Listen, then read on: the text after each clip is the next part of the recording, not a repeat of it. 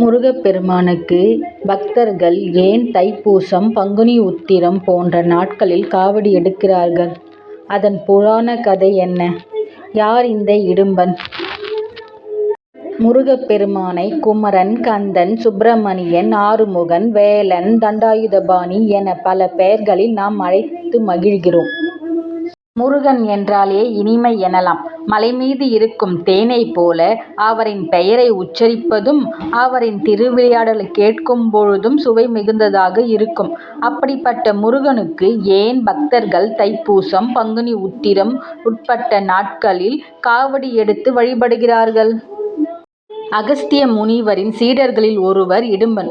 ஒரு முறை அகஸ்தியர் இடும்பனை அழைத்து முருகர் வழிபாட்டிற்காக கைலாயம் சென்று அங்குள்ள கந்த மலையில் உள்ள சிவகிரி, சக்திகிரி ஆகிய 2 சிகரங்களை இங்கே கொண்டு வரும்படி கட்டளையிட்டார். அகஸ்திய முனிவரின் கட்டளைப்படி இடும்பன் கைலை சென்று அங்கு சிவபெருமானையும் பார்வதி தேவியும் வணங்கி அங்கிருந்த 2 மலைகளை இருபுறமும் தொங்கவிட்டபடி காவடியாக கட்டி எடுத்து வந்தார்.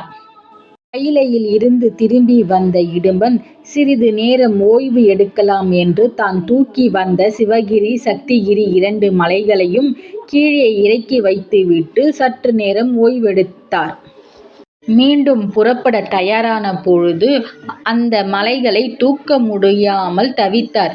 அப்பொழுது சிவகிரி மேலே ஒரு சிறுவன் கோவணத்துடன் கையில் தடியுடன் நிற்பதை பார்த்தார். உடனே சிறுவனை மலையில் இருந்து கீழே இறங்கும்படி வேண்டினார்.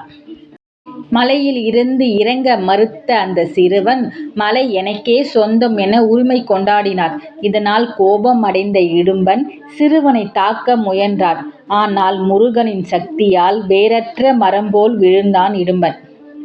இதை கண்ட அகஸ்திய முனிவர் இடும்பனின் மனைவியை அழைத்துச் சென்று முருகனை வழிபட்டு இடும்பனை விடுவிக்கும்படி வேண்டினார்.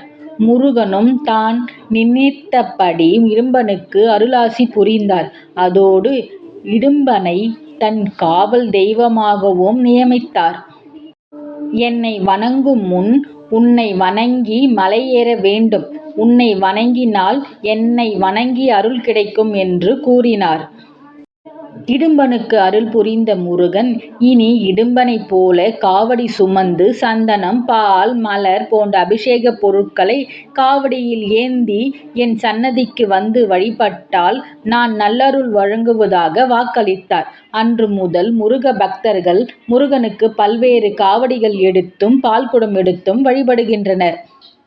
தனக்கு முதலில் காவடி சுமந்த இடும்பனை தனது காவல் தெய்வமாக நியமித்ததோடு பழனி மலைக்கு இடப்பக்கம் அமைந்துள்ள மலை இடும்பன் மலை என்ற பெயரில் அமைந்துள்ளது. இங்கு அருள்பாலிக்கும் இடும்பன் முருகப்பெருமானை வணங்கும் பொருட்டு அமைந்துள்ளார்.